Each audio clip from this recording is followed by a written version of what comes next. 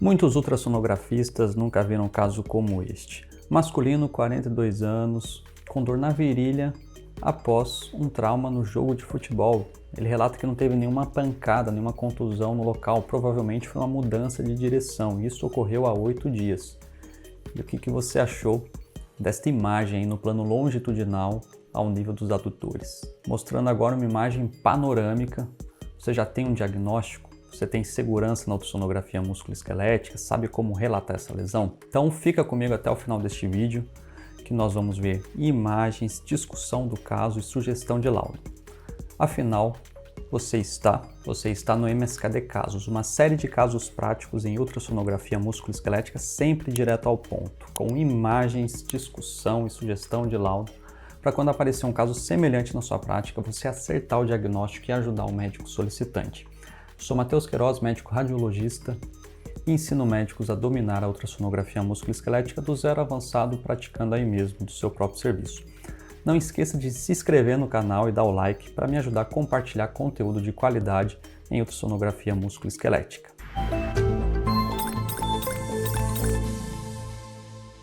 Avaliando o nosso caso, o primeiro ponto que eu quero te mostrar é um pouquinho da anatomia muscular. Então, o músculo ele possui um esqueleto. Qual que é o esqueleto do músculo? Tecido conjuntivo, ó.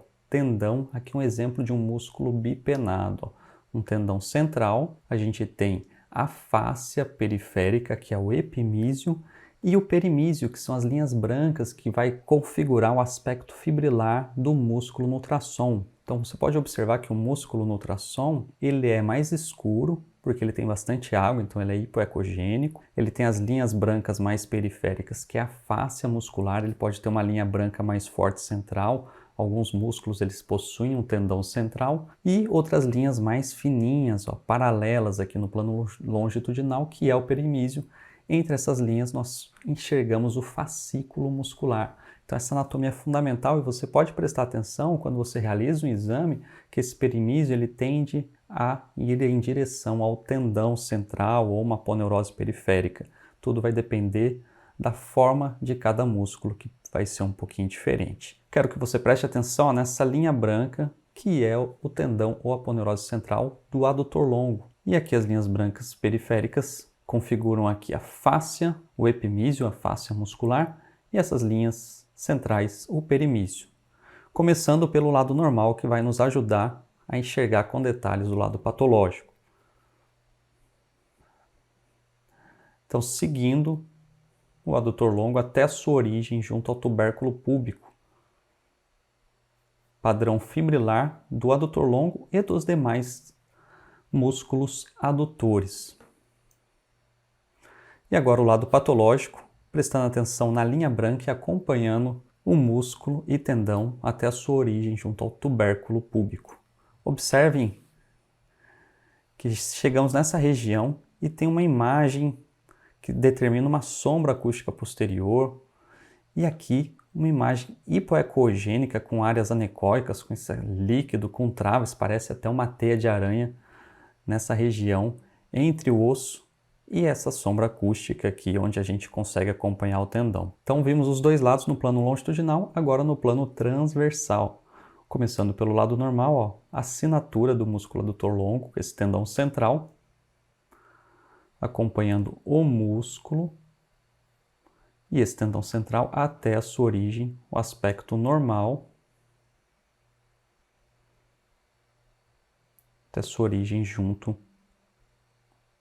ao tubérculo púbico. Agora o lado patológico, fazendo a varredura transversal, a posição do transdutor aqui, transversal em relação ao músculo. Começamos a observar esse tendão central, um pouco já de edema do músculo e exatamente agora o aspecto como se fosse uma bola aqui com sombra acústica, seguindo proximal um buraco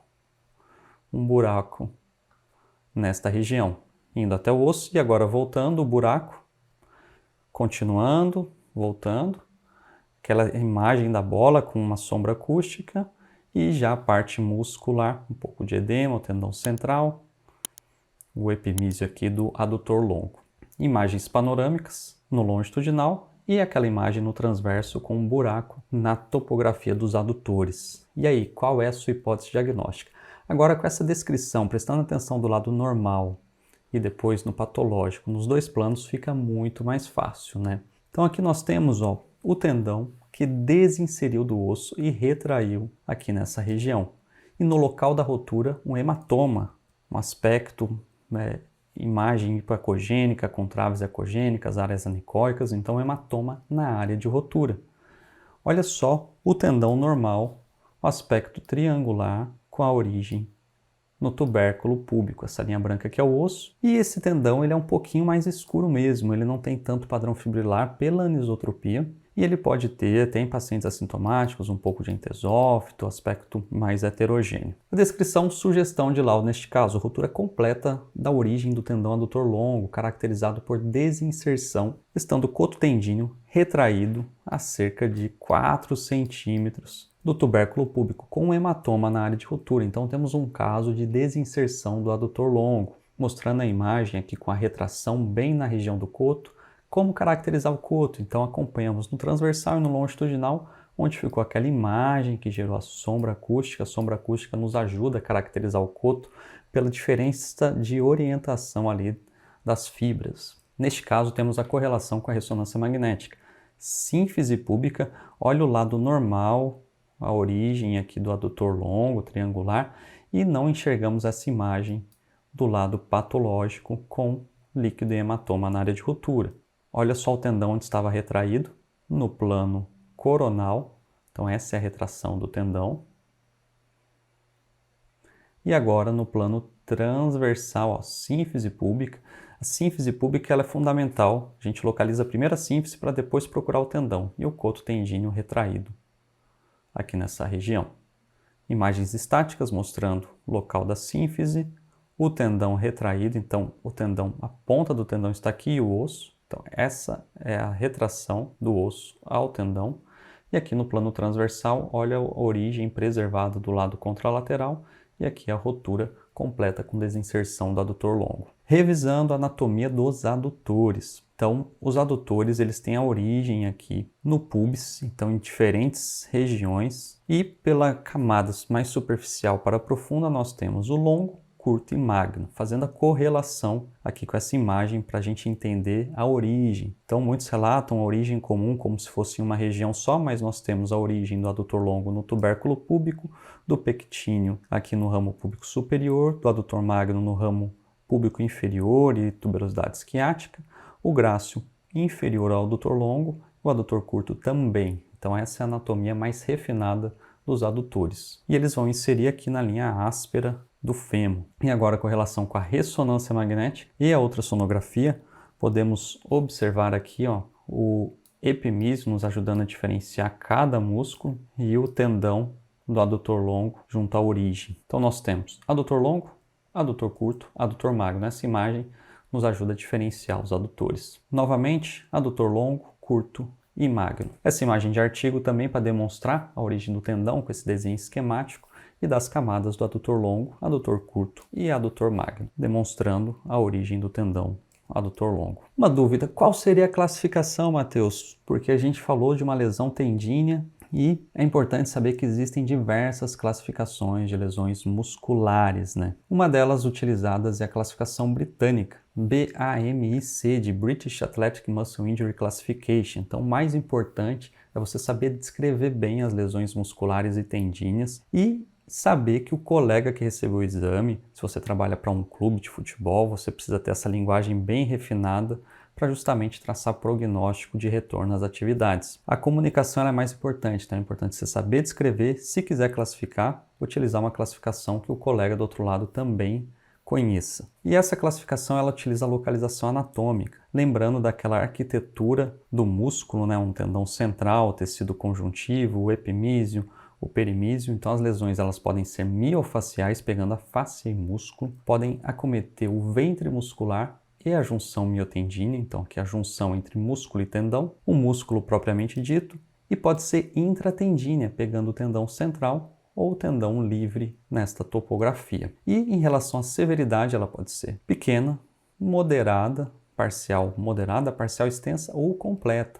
Então, no nosso caso, houve uma desinserção do tendão. Então, acometeu o tendão, ganharia a letra C, e como foi completa, grau 4, a desinserção do adutor longo. Dicas práticas. Primeiro, conhecer a anatomia muscular. Se você não conhece a anatomia muscular, não conhece esse esqueleto do músculo, né, o tecido conjuntivo, você vai ter muita dificuldade para caracterizar. Quando você conhece a anatomia muscular, é importante você refinar o conhecimento de cada músculo. Cada músculo tem uma forma diferente, uma morfologia. Tem músculo que é bipenado, tem músculo que é unipenado, tem músculo que é achatado.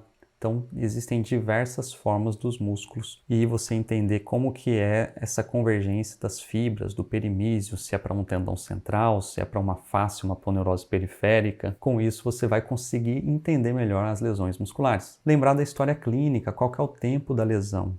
É uma lesão aguda, é uma lesão crônica, porque o aspecto de imagem vai ser diferente referente ao tempo da lesão. Lembrar sempre dos dois planos, a patologia ela está presente tanto no plano transversal e longitudinal e dois lados. De preferência, comece pelo lado normal. O lado normal vai te dar confiança e segurança. Seu cérebro vai acostumar como que é aquela anatomia para depois você avaliar o lado patológico. Vai ficar muito mais fácil, conforme eu mostrei aqui neste caso. E lembrar do movimento, né? A contração ali pode te ajudar a detalhar melhor as lesões. Essas aqui foram as referências utilizadas e te convido a conhecer o MSKD, o curso Músculo Esquelético Descomplicado, 100% online, que tem tudo o que você precisa para realizar ultrassonografia músculo-esquelética com segurança, desde aulas teóricas, prática com 3 câmeras focadas na minha mão, na minha explicação e na tela do ultrassom. Tem sistematização, laudário completo, para justamente você poder consultar e estudar entre um exame ou outro. Além disso, tem um grupo de suporte para tirar as dúvidas do dia a dia. Então, se você ainda não é aluno, conheça e faça parte deste grupo diferenciado de médicos que se dedicam à ultrassonografia musculoesquelética. Grande abraço e até o próximo caso.